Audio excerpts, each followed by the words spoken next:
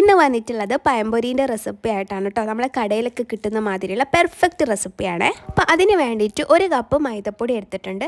അതിലോട്ട് 2 table spoon അരിപ്പൊടി, നമ്മളെ പത്തിരിപ്പൊടിയില്ലേ, അത് ചേർത്തിട്ടുണ്ട്. 3 ടേബിൾ സ്പൂൺ പഞ്ചസാരയും ചേർക്കുക. നമ്മുടെ കൂടെ ഇൻഗ്രീഡിയൻസ് ഒക്കെ ചേർക്കാനായിട്ട് ഒരാളും കൂടി ഉണ്ട് കേട്ടോ, ഒരു ചെറിയ കുഞ്ഞിക്കൈയും കൂടി ഉണ്ടായിരുന്നു കേട്ടോ. പിന്നെ ഇതിലോട്ട് 1/4 ടീസ്പൂൺ ബേക്കിംഗ് പൗഡറും ചേർത്തിട്ടുണ്ട്. ഇനി ഇത് നന്നായിട്ടൊന്ന് മിക്സ് ചെയ്തതിന് ശേഷം 1 കപ്പ് വെള്ളം എടുക്കട്ടോ. നമ്മൾ എത്രയാണോ മൈദപ്പൊടി എടുത്തത് അത്ര തന്നെ വെള്ളമാണ് ഞാൻ എടുത്തിട്ടുള്ളത്.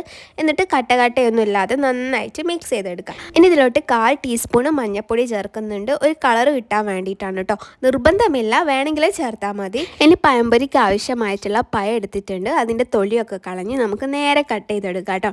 ഒരു 4-5 പഴമൊക്കെ ഞാൻ എടുത്തിട്ടുണ്ട് കേട്ടോ. പിന്നെ ചെറിയ പഴം ആയതുകൊണ്ടാണ് ഇത്രയും എടുത്തത്. ഒരു വലിയ പഴമൊക്കെ ആണെങ്കിൽ 3 എണ്ണമൊക്കെ എടുത്താൽ മതി, അത്രയ്ക്ക് നമ്മളെ മാവ് ഉണ്ടാവുള്ളൂ കേട്ടോ. അപ്പോൾ നമ്മൾ മുഴുവനും കട്ട് ചെയ്ത് വെക്കുക കേട്ടോ. എന്നിട്ട് നമുക്ക് നല്ല ചൂടായിട്ടുള്ള എണ്ണയിൽ ഹൈ ഫ്ലെയിമിൽ പൊരിച്ചെടുക്കാം കേട്ടോ. അപ്പോൾ ഞാൻ ഒരു പാൻ എടുത്തിട്ടുണ്ട്, അതിലോട്ട് വെളിച്ചെണ്ണ ആഡ് ചെയ്ത് കൊടുക്കുന്നുണ്ട്. എന്നിട്ട് നമുക്ക് ഈ മാവിൽ മുക്കിയിട്ട് ഓരോന്നായിട്ട് പൊരിച്ചെടുക്കാം. നല്ല ഹൈ ഫ്ലെയിമിൽ പൊരിച്ചെടുക്കുന്നതാണ് ഏറ്റവും നല്ലത് കേട്ടോ.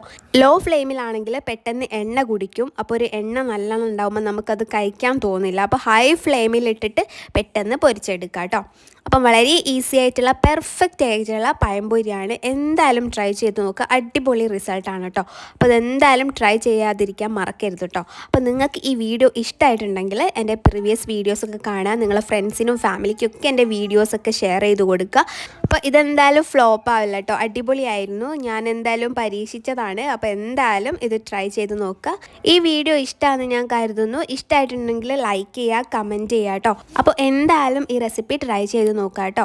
അപ്പോൾ എല്ലാവർക്കും ഒരിക്കൽ കൂടി താങ്ക് യു സോ മച്ച്.